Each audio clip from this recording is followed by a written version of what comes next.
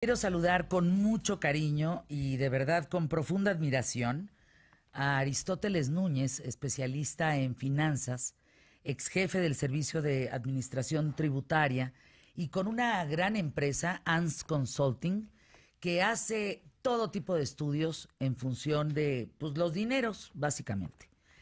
Eh, Hablando del presupuesto para el 2019, cuando recibes tú como experto, como ciudadano, Aristóteles, el presupuesto 2019, después del análisis, ¿cuáles serían los puntos que te gustó, que te gustaron y los que dijiste, híjole, creo que aquí estamos metidos en un brete? ¿Y por qué? Fernanda, buenos días. Es un Buen gusto día. estar aquí contigo en cabina. Mira, creo que muchos esperaban, entre ellos yo también me debo incluir, un presupuesto en el que hubiera más visos de irresponsabilidad y de un gasto excesivo que lo que llegó. Tengo que reconocer que el paquete económico es prudente, es inercial, reconoce la solidez de los fundamentos económicos de los últimos años y creo yo que es responsable. Si este paquete económico como tal se aprueba, va a ser una buena señal. Ha habido malas señales en los últimos días, en los últimos 16 días ha habido muy malas señales, o los últimos 20 días ha habido muy malas señales en México. Tenemos la cancelación del nuevo aeropuerto en Texcoco, tenemos el inicio de obras en el sureste con el Tren Maya, tenemos la pretensión de construir una refinería en Dos Bocas, que eso no se está leyendo bien, no es la mejor inversión ni son las mejores decisiones, pero el presupuesto sí es una buena señal. Traen, incluso tengo que decirlo, Fer, traen una proyección de gasto menor a la que se hizo en 2018. Y en un principio yo creo que para la opinión pública decir gastar menos de lo que ingresa siempre será positivo. Tienen pensado gastar menos de lo que se va a ingresar. Si todas esas premisas se cumplen, tendremos un año, por lo que toca al gobierno en materia económica, un año tranquilo.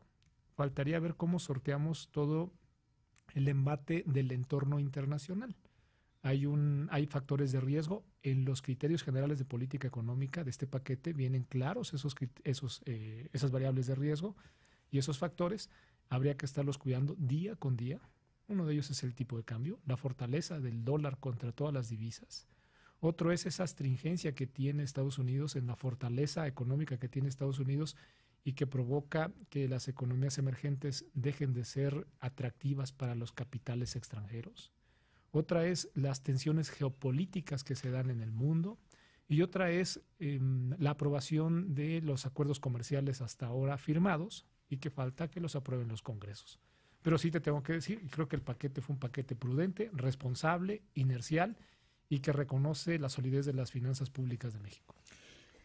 La parte negativa, los puntos que tendrían que ser focos rojos, que debieran de preocuparnos, Aristóteles Yo Núñez. también, en honor a la verdad, Fer, muchos de las quejas que yo observo que tienen que ver con recortes en dependencias en algunas universidades, en algunos institutos autónomos o en los otros poderes, el legislativo y el judicial, que se habló mucho de ello antes de que se presentara este paquete y que ahora mucho de ello efectivamente se ve ahí en los recortes. Salvo ese tema, que para mí no va a generar un caos en las finanzas públicas, que para mí no va a ser más allá de ese reclamo natural que cada vez que se presenta un paquete económico existe. Nunca es Sí, suficiente. nunca es suficiente para todo. Siempre falta dinero, Y siempre... cada administración tiene prioridades, Fer. En este caso hay prioridades del presidente Andrés Manuel López Obrador. Las prioridades están bajo la premisa un poco más de justicia social y está mandando recursos, 100,000 millones de pesos para adultos mayores. Eso es prácticamente duplicar el apoyo que se le va a dar a quien tiene más de 65 años de edad en México. Está dando 44,000 millones de pesos para un programa a jóvenes que inicien una experiencia laboral y está dando alrededor de otros 19,000 millones para becas en unas universidades que les ha llamado la beca de Benito Juárez García. Esos son programas asistencialistas, salvo que en las reglas de operación exista unas condiciones o requisitos para que lo puedan recibir. Lo deseable es dejar el sistema paternalista y empezar a otorgarle, en la medida de lo posible, recursos a la sociedad, pero que sea remunerativo, es decir, que den algo No a cambio, regalar. no regalar. Salvo esa parte negativa y la falta de claridad de lo que se va a hacer en la frontera norte, de que quieren disminuir el impuesto al valor agregado de 16 a 8% y el impuesto sobre la renta para las empresas y solamente para las personas físicas con actividad empresarial, es decir, no para los asalariados, no para quien desempeña una actividad profesional, solamente para actividad empresarial. Quieren reducir el impuesto sobre la renta en 1/3. Eso significa que la tasa quedaría entre 20 y 22%. No hay claridad ahí, ni en el costo fiscal, creo que está subestimado, ni tampoco en cómo lo van a hacer, y tampoco cómo van a evitar que se genere ahí un agujero que sea aprovechado por aquellos que les gusta la ilusión o la evasión fiscal, y eso le puede representar al país a lo mejor un hoyo de unos 100,000 millones de pesos.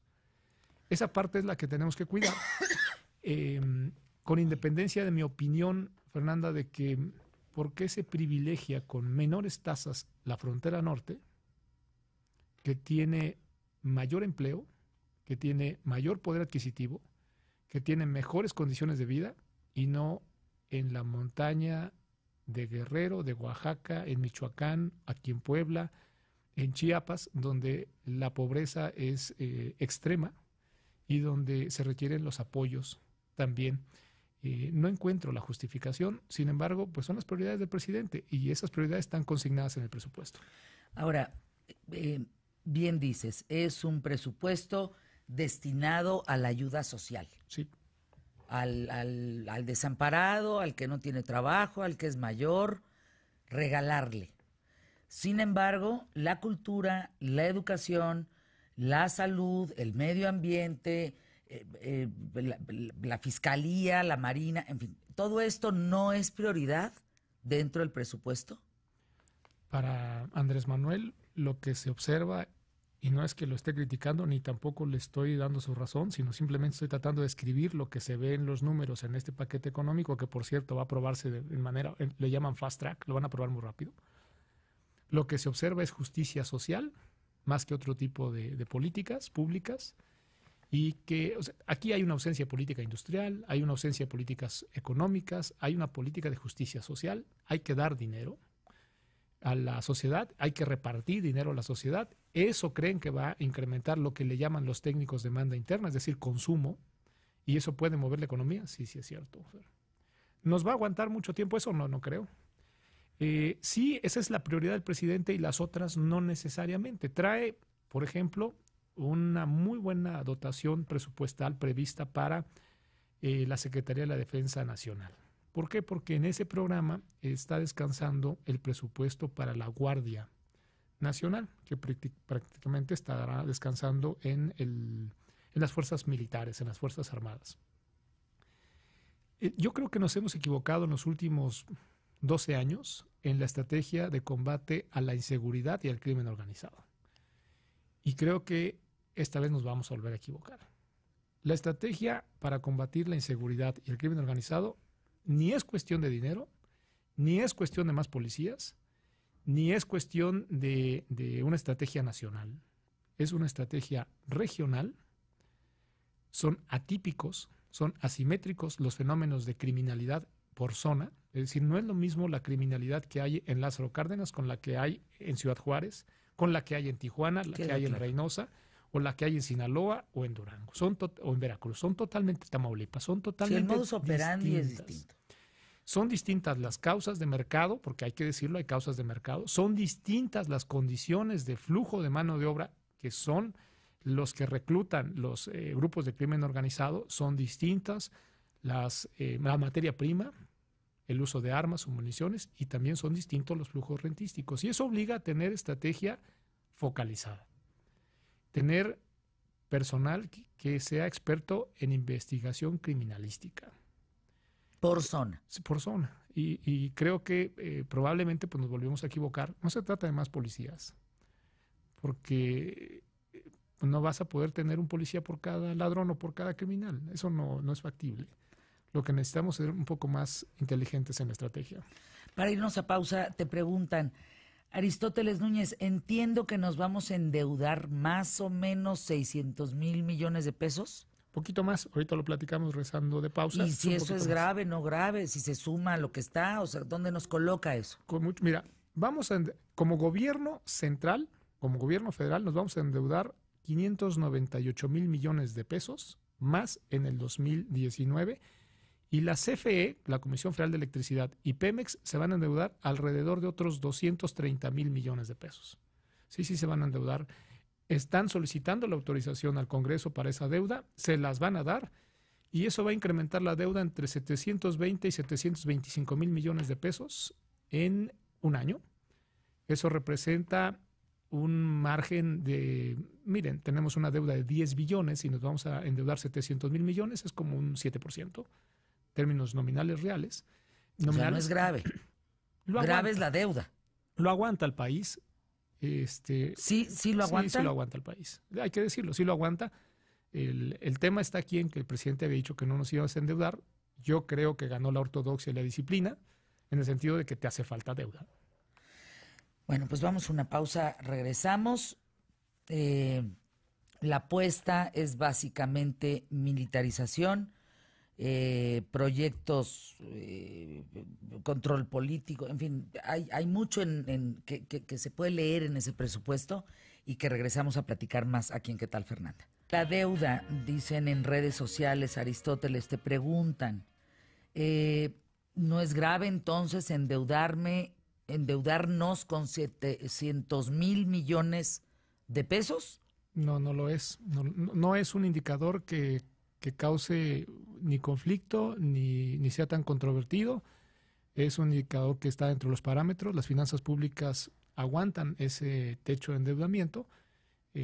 Habría que ver que lo que se endeuda pueda ser utilizado en buenos programas, en buenos proyectos. Si eso alimenta el gasto corriente, esto puede generar un efecto contrario, pero todo indica que es un indicador que está dentro de los parámetros de la salud financiera del país. Dice Miguel Hernández, Aristóteles, el tema tributario, que lo entiendes también, es de preocuparse, ¿no?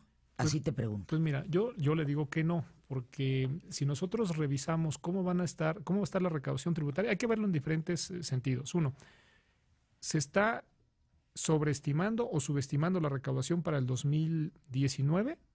¿Eso podría ser una ficción o no? Pues miren, la verdad es que lo que están esperando recaudar en 2019 es una cantidad adicional a lo que se va a recaudar en 2018 de 121 mil millones de pesos. Una cantidad muy pequeña. Creo yo incluso que podrían estar subestimando los ingresos. Podrían recaudar más si se ponen listos. En su momento el SAT llegó a recaudar por año, adicional a lo proyectado, 240, 250 mil millones de pesos.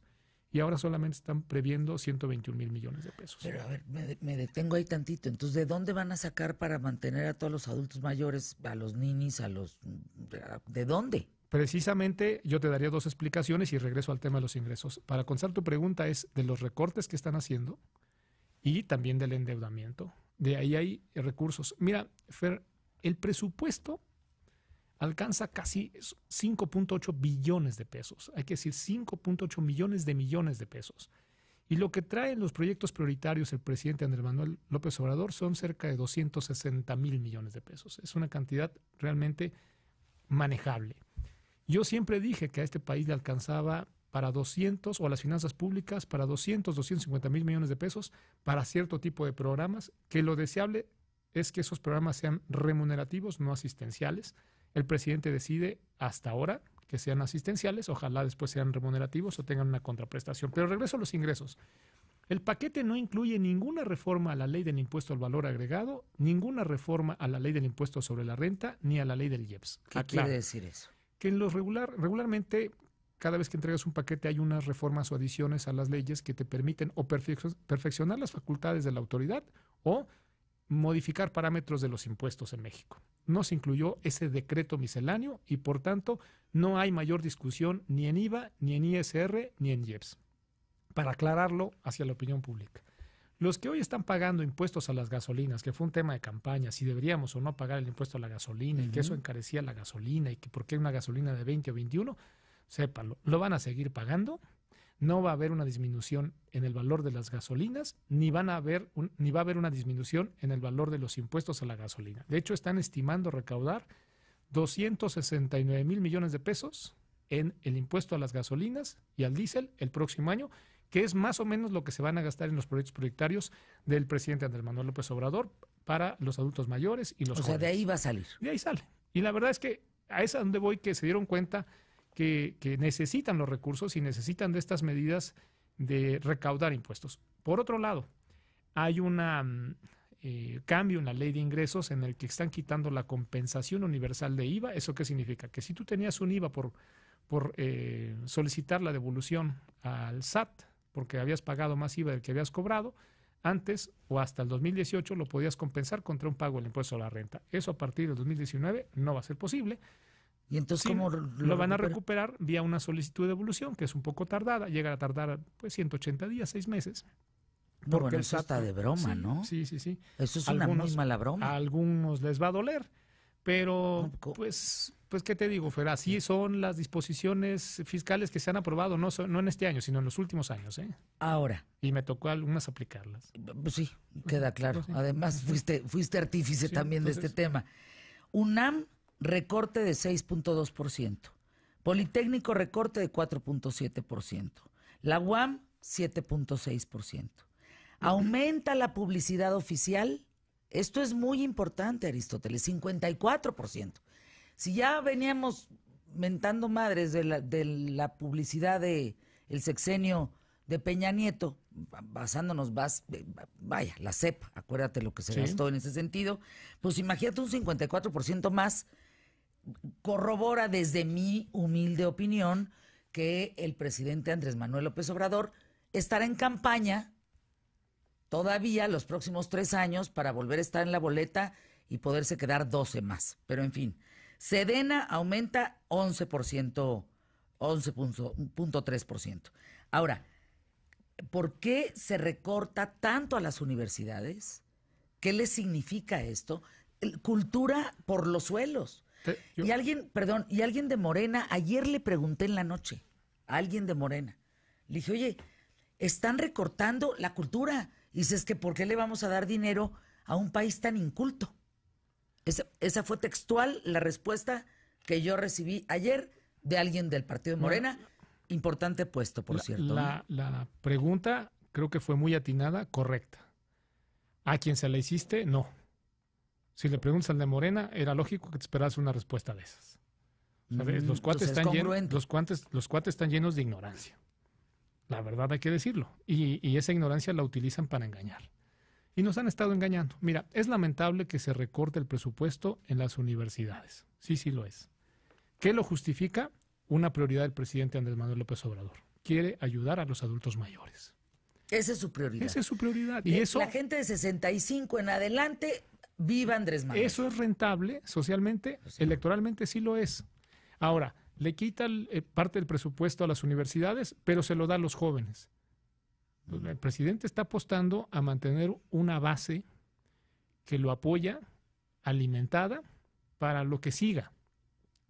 Creo que tenemos que entender que lo que está sucediendo es muy claro.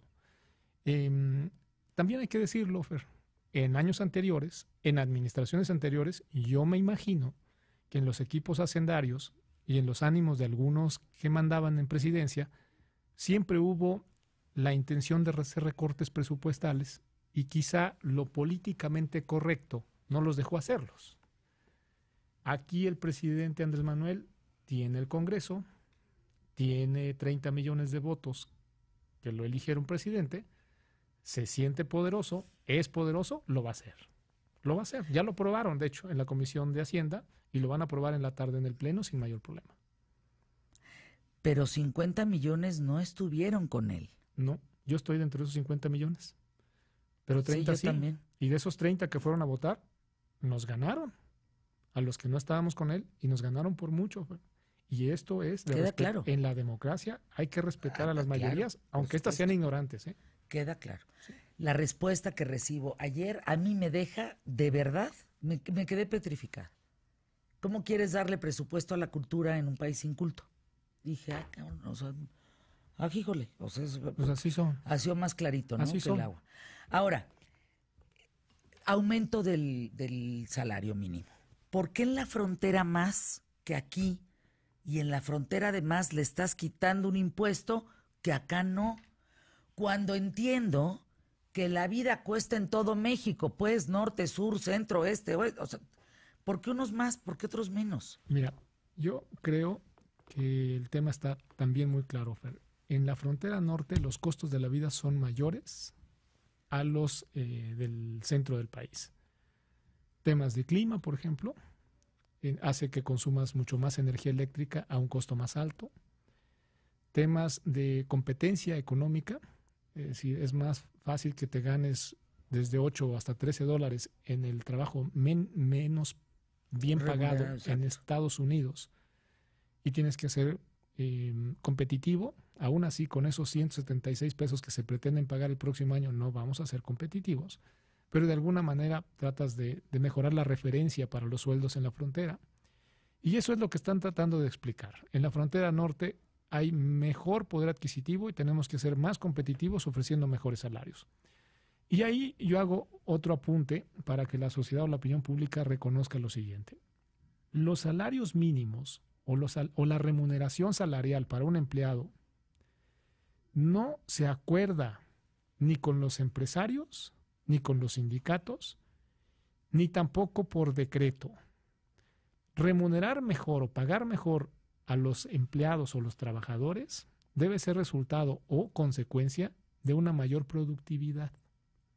Es decir, atiende a una lógica económica y no a una razón política. En el momento de que empiezan a decidir incrementar los salarios por decreto o simplemente por un acuerdo de sindicatos con cúpulas empresariales, están perdiendo de vista que lo único sostenible para mejorar el poder adquisitivo de la sociedad que trabaja es siendo más productivos. Y sí, también hay que decirlo que en el norte son muchísimo más productivos. Habría que ver si se está aparejando ese incremento con el nivel de productividad. Para decirlo claro, llevamos casi 30 años, desde 1991, que no se ha incrementado la productividad en México. ¿Cómo? No hemos sido más productivos desde el 91 por acá que está la medición, por varias razones. Mira, una de ellas es que invertimos poco en ciencia y tecnología. Y alguien podría ahorita decirme, es que el presidente está disminuyendo el presupuesto al CONACYT. Yo le diría, y no en defensa del presidente, sino en puntualización del tema, quien debe invertir en ciencia y tecnología y desarrollo no es el sector público, él es mal inversionista. Debe invertir el sector privado. Entre el 56 y el 74% de la inversión en ciencia, desarrollo y tecnología que se hace en el mundo, en Japón, en China, en Estados Unidos, es el sector privado. Y por eso son muy productivos. Si lo que creen es que va a venir la productividad o la mejor inversión desde el gobierno, desde el saque estamos equivocados. Por eso es que no ha aumentado. Por eso no ha aumentado. El sector privado no ha incrementado. Mira, hemos llegado al ridículo de poner incluso en ley que se entiende como maquinaria o equipo de maquinaria nuevo en México, aquel que se usa por primera vez en México. Entonces tú te puedes traer una máquina de Italia o de Japón que tiene 50 años en su patente. Y por primera vez. Y aquí es máquina nueva. Es absurdo.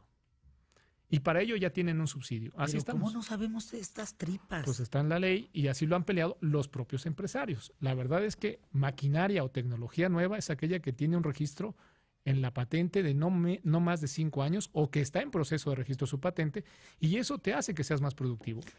Fíjate, ahorita que dijiste esto, iniciativa privada que entonces invierte en los chavos, en robótica o en tecnología o en nuevos inventos, en fin, patentes.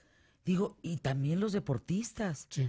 Si una empresa como Bimbo o como cualquier empresa en México agarrara a un chavo o a 2 o a 5, los financia y les paga toda su carrera deportiva, verás si no estamos en medallas de oro todo el tiempo. Sí.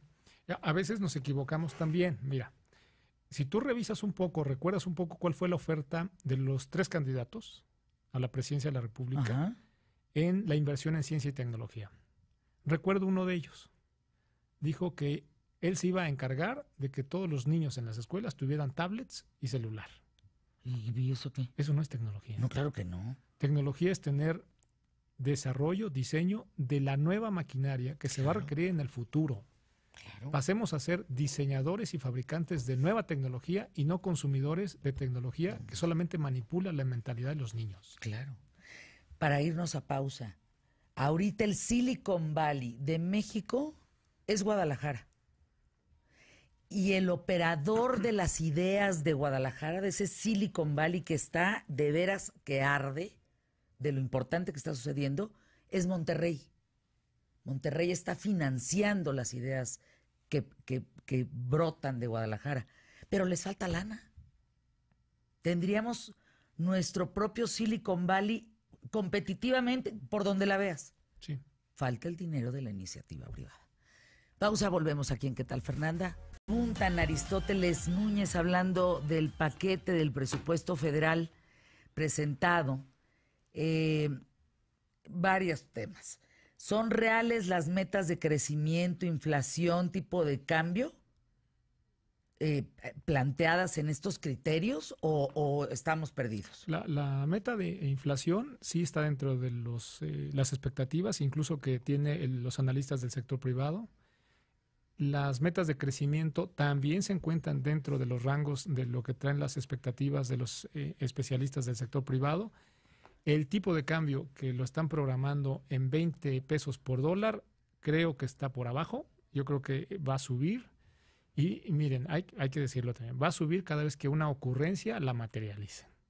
¿Sí? ¿Por qué? Porque cada una de estas ocurrencias le cuesta al país y genera riesgos para los inversionistas, y los inversionistas retiran sus recursos de México y no se los llevan en pesos, se los llevan en dólares. Eso incrementa la demanda de la divisa americana y eso hace que se eleve el precio, es lógico. Habría que ver las medidas de contención que en el tiempo la Secretaría de Hacienda y Crédito Público instrumente para poder lograr disminuir los riesgos en las ocurrencias. Y por otro lado, la política monetaria que de manera autónoma debe seguir el Banco de México. Bajar los sueldos a funcionarios, te preguntan, ¿qué opinas? ¿Será esto suficiente para lograr el dinero para otros apoyos? Es un error. Lo dije entre tono sarcástico, de broma y serio, cuando el presidente hizo su mensaje en la toma de protesta.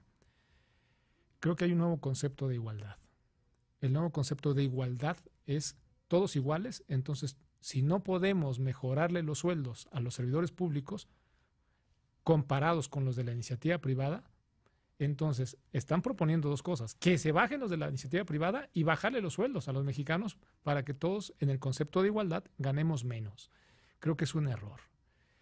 Hay que decirlo. Mira, la media salarial en países nórdicos y en Estados Unidos son alrededor, el promedio de sueldo salario que percibe un habitante que trabaja en Estados Unidos y en los países nórdicos son alrededor de 50, 60 mil dólares al año. En México, el nivel salarial promedio anda alrededor de 8,900 dólares. Es decir, una octava parte de aquello.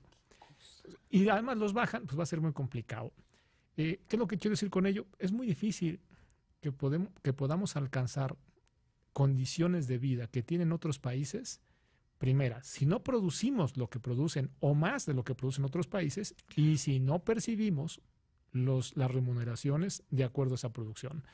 Creo que es un error, pero el presidente incluso lo acaba de anunciar hoy en su conferencia de mañanera, en una superfrase que dijo que cuentas claras, chocolate espeso, y está bajándose el sueldo por quincena 22,000 pesos.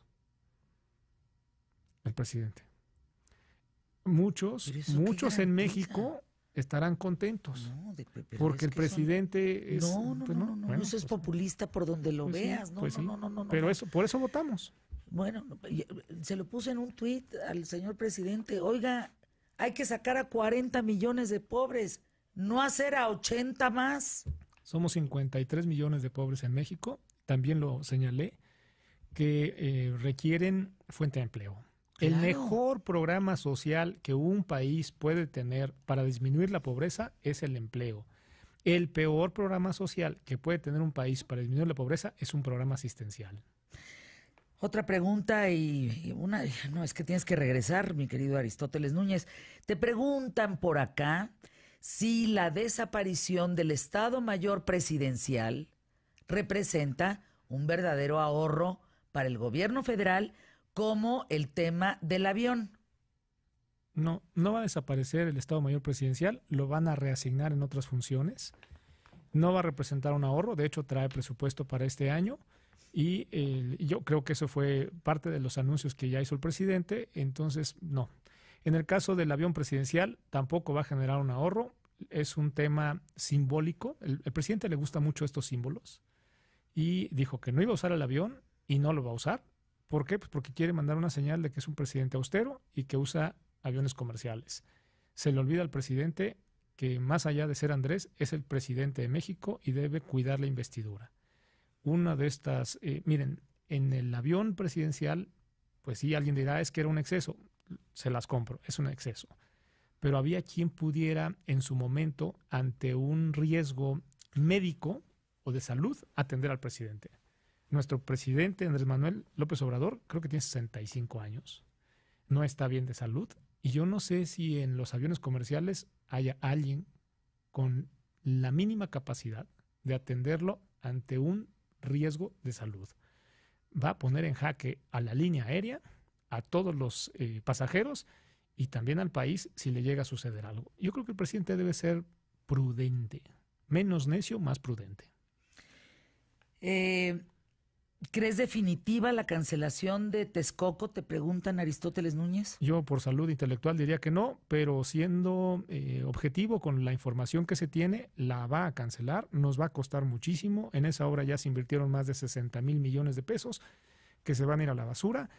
Los tenedores de bonos, que principalmente son inversionistas institucionales extranjeros, van a poner contra la pared al gobierno de México, a este grupo aeroportuario, para sacarles lo que más se pueda de esos 6,000 millones de dólares que invirtieron en bonos emitidos por el grupo aeroportuario y que hoy en la mesa no están aceptando la oferta de recompra por 1,800 millones de dólares. Yo difiero, fíjate.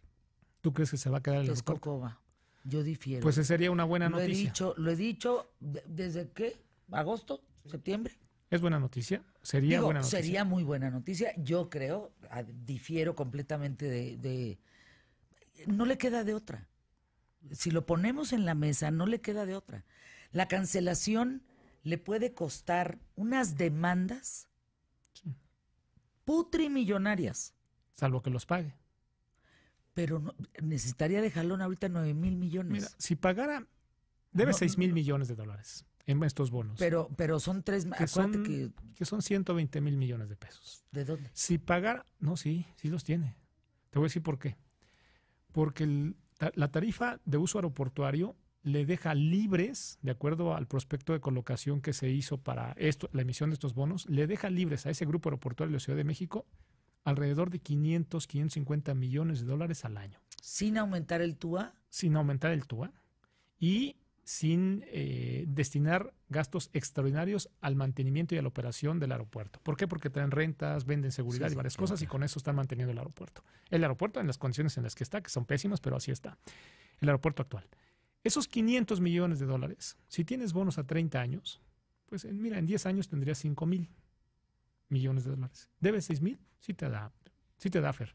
¿Qué es lo que sucedería? Va a restringir, mejorar el aeropuerto actual, va a utilizar la fuente de pago para poderse refinanciar y pagar los bonos, los va a pagar por arriba de los 6,000 millones de dólares que debe, y lo más seguro es que ni Santa Lucía ni Texcoco, y nos quedemos 6 años sin aeropuerto. Vamos a seguir con el Benito Juárez.